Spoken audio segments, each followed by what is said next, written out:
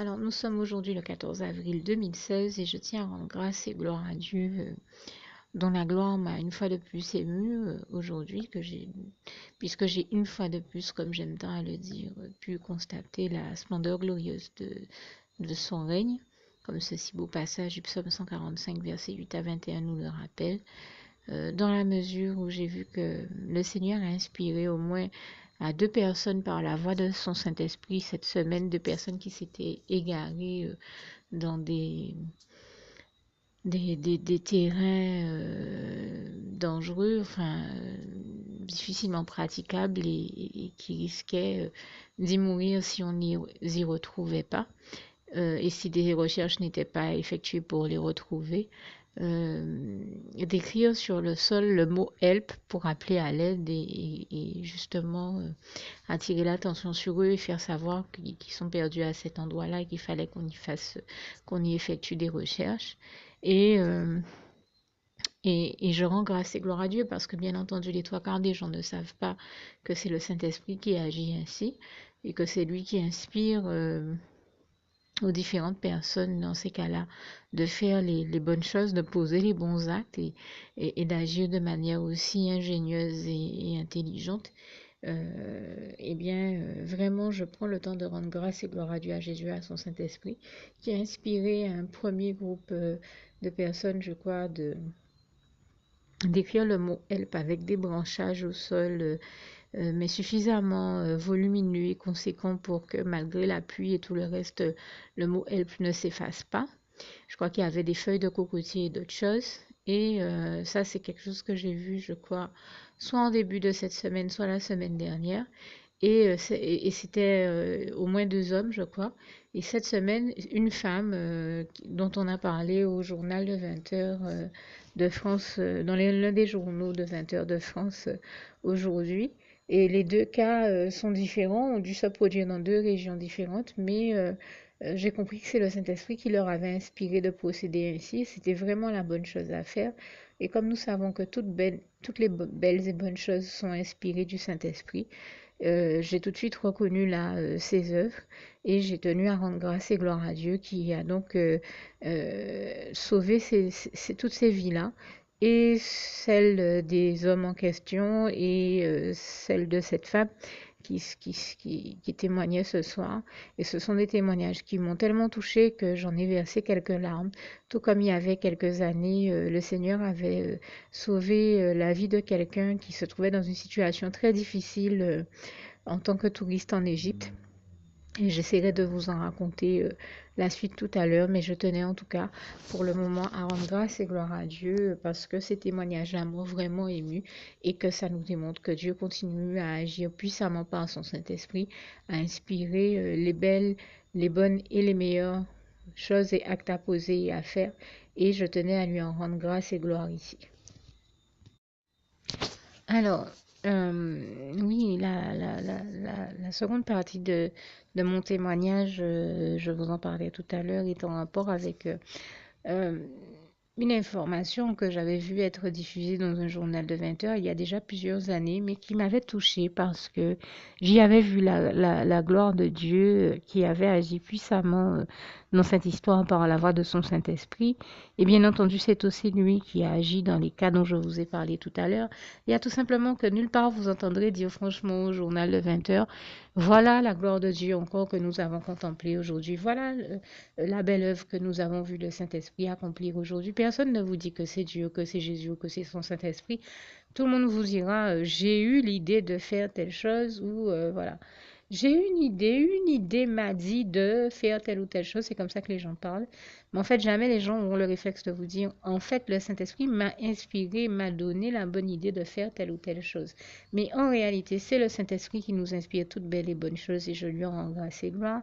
Et comment j'ai appris à le voir et à m'en rendre compte, eh bien, ça avait été justement par rapport au cas d'une dame qui donnait son témoignage un jour à la télévision et qui disait que ça fait déjà des années, mais ça m'avait profondément marqué, parce que j'y avais vraiment vu la gloire de Dieu. Et elle disait qu'elle s'est retrouvée dans une situation terrible où elle était simple touriste en Égypte et alors qu'elle visitait, je ne saurais trop dire quel monument historique là-bas, le lieu s'est retrouvé à faire l'objet d'une prise d'otage par une bande de terroristes qui étaient venus un peu comme dans une banque faire une prise d'otage, on ne sait trop pour revendiquer quelles pensées et quelles idées, mais c'était des terroristes tellement diaboliques et nous savons que de toute manière, les trois quarts du temps, pour ne pas dire tout le temps, tous ceux qui sont terroristes n'agissent qu'en réalité que sous le- l'emprise et le commandement de l'ennemi, puisque là où Dieu et Jésus et son Saint-Esprit appellent au calme, à la paix du Christ, tel que ce si beau passage d'Ésaïe 30, verset 15 le démontre bien, eh bien l'ennemi, lui, chaque fois que Jésus, qui est notre prince de paix, comme il est écrit en Ésaïe 5, verset 9 à 6, pardon, en Ésaïe 5, pardon, en Ésaïe 9, verset 5 à 6, pardon, je suis un peu fatiguée. Chaque fois que Jésus, notre prince de paix, appelle à la paix, eh bien sûr, l'ennemi, lui, appelle à la violence et entraîne les gens, incite les gens à la violence. Et nous savons que c'est lui qui amène les gens à devenir des terroristes. Et bien entendu, eh bien, ce jour-là, c'est lui qui avait agi à travers, c'était l'ennemi qui agissait à travers ces terroristes. La preuve, ils en étaient diaboliques au point d'être allés jusqu'à non seulement bien sûr sommer et obliger tout le monde à se coucher au sol, les sommer de le faire et les avoir obligés de le faire, mais après les avoir obligés de le faire, ils se sont mis à tirer à la mitraillette et désolé, hein, ce que je suis en train de dire n'est pas très agréable, âme sensible s'abstenir, je le dis déjà, mais en même temps pour donner un témoignage qui soit conforme à la vérité, je suis bel et bien obligée de parler de cette partie de l'histoire. Ils se sont mis à tirer à la mitraillette sur tout le monde et bien entendu, la dame dont je parle et qui a pu donner son témoignage par derrière n'a pas été touchée par les balles où elle a été touchée. Si elle a été touchée, elle a été simplement blessée. Et elle a dit à ce moment-là qu'elle a entendu le Saint-Esprit lui dire, couche-toi, reste couché au sol et fais la morte. Fais semblant d'être morte à terre. C'est la meilleure chose à faire dans ton cas. Et c'est ce qu'elle a fait jusqu'à ce que ces terroristes aient quitté les lieux. Et pourtant, ils sont passés à un moment et l'ennemi est tellement diabolique et il les rend tellement diaboliques. Il les rend, puisque lui, bon, il est diabolique par définition, mais il rend les terroristes tellement diaboliques et méchants et cruels que, comme le Seigneur Jésus d'ailleurs nous avertit qu'ils sont bien, en Jean 8, verset 41 à 47, Dieu nous avertit de qui est le diable et qui sont ses enfants. Il n'y a aucune vérité en eux, rien de bon en eux. Ils font les œuvres de leur Père, rien de bon en lui, puisqu'il est cruel et méchant et qu'il n'y a aucune vérité en lui. Et en Jean 10, verset 10 également, Jésus nous avertit de qui est le diable.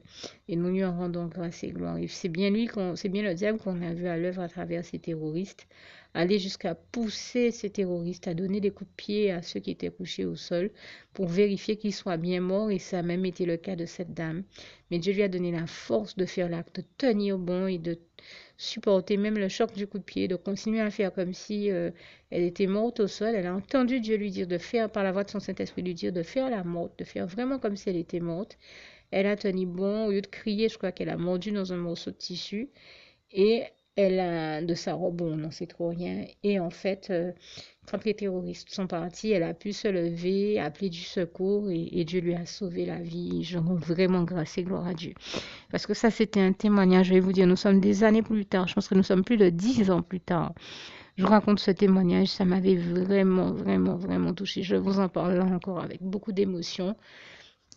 Et pour moi, c'est une histoire qui m'avait démontré la gloire de Dieu, démontré comment Dieu est celui qui inspire dans ces situations-là, même dans les pires situations, dans les pires cas, aux gens de faire des choses qui pourraient paraître surprenantes, mais qui sont la plupart du temps les plus intelligentes à faire pour continuer à vivre. Et je rends grâce et gloire à Dieu, à vivre ou à survivre, qui met toujours tout en place pour que la vie soit, pour amener à l'existence et à la vie tout ce qu'il est possible d'amener à l'existence et à la vie, les meilleures choses, et qui fait tout pour que non seulement la vie soit, mais pour qu'elle continue, et non seulement pour que nous continuions à vivre, à survivre et ensuite à vivre heureux une fois que nous avons dépassé la phase de survie, hein. Dieu qui restaure et bénit nos vies. Non seulement il les sauve, mais il les restaure, il les transforme positivement, il les bénit, il les enrichit. Et je lui rends vraiment grâce et gloire puisque c'est notre merveilleux Seigneur Jésus, nous le savons, tout comme il est écrit en Jean 10, verset 10 à 11, qui est venu nous apporter la vie en abondance et qui fait toujours tout pour nous amener la meilleure qualité de vie et à expérimenter les meilleures choses. Comme j'ai l'habitude de le dire, Dieu est le meilleur. Lui seul peut nous faire faire l'expérience du meilleur, peut nous faire vivre ce qu'il y a de meilleur à vivre. Et je lui en rends grâce et gloire. Et c'est pour ça que je vais inviter ici tous ceux qui ont été touchés par ce témoignage ou qui l'ont aimé, et surtout tous ceux qui n'avaient, toutes celles et ceux qui n'avaient jamais fait la prière qui va suivre auparavant dans leur vie, à la faire, puisque c'est la prière par le biais de laquelle on choisit d'aller se mettre à l'abri de ce monde cruel dans les bras d'amour du Seigneur Jésus. Prière par le biais de laquelle, le jour où je l'ai faite, il m'a sauvé la vie et il sauve toujours la vie de tous ceux qui lui adressent sincèrement cette prière.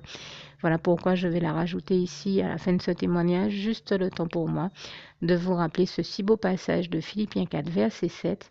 Que la paix de Dieu qui surpasse toute intelligence garde vos cœurs et vos pensées en Jésus-Christ. À bientôt.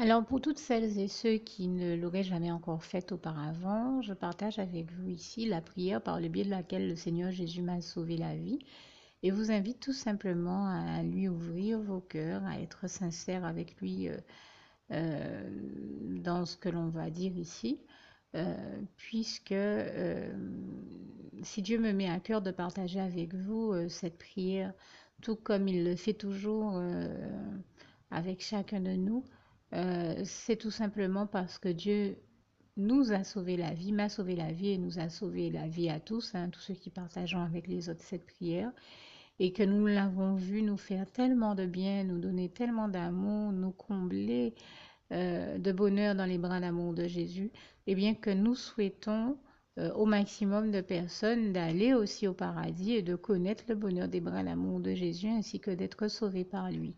Mais bien entendu, pour être sauvé, encore faut-il prendre le temps de demander à l'être et d'accepter donc le Seigneur Jésus-Christ comme son sauveur personnel, ce qui est ici l'objet de cette prière. Alors, n'oubliez pas à cet effet qu'il est notamment écrit en Acte 4, verset 12, que Dieu, dans sa grande sagesse, dans sa sagesse infinie, a choisi le Seigneur Jésus-Christ, qu'il l'a mandaté, qu'il a délégué pour être le seul sauveur de toute l'humanité et qu'il n'y a aucun autre nom que celui du Seigneur Jésus-Christ qui nous ait été donné, qui ait été donné à toute l'humanité pour être sauvé. Voilà pourquoi nous avons la certitude qu'en acceptant le Seigneur Jésus comme notre sauveur personnel, nous faisons définitivement le bon choix, d'autant qu'il est également écrit en Jean 14, verset 6, Jésus-Christ est le chemin, la vérité et la vie. Nul ne va au Père Dieu sans passer par le Fils Jésus-Christ. Voilà pourquoi nous devons donc adresser au Seigneur Jésus la prière qui suit.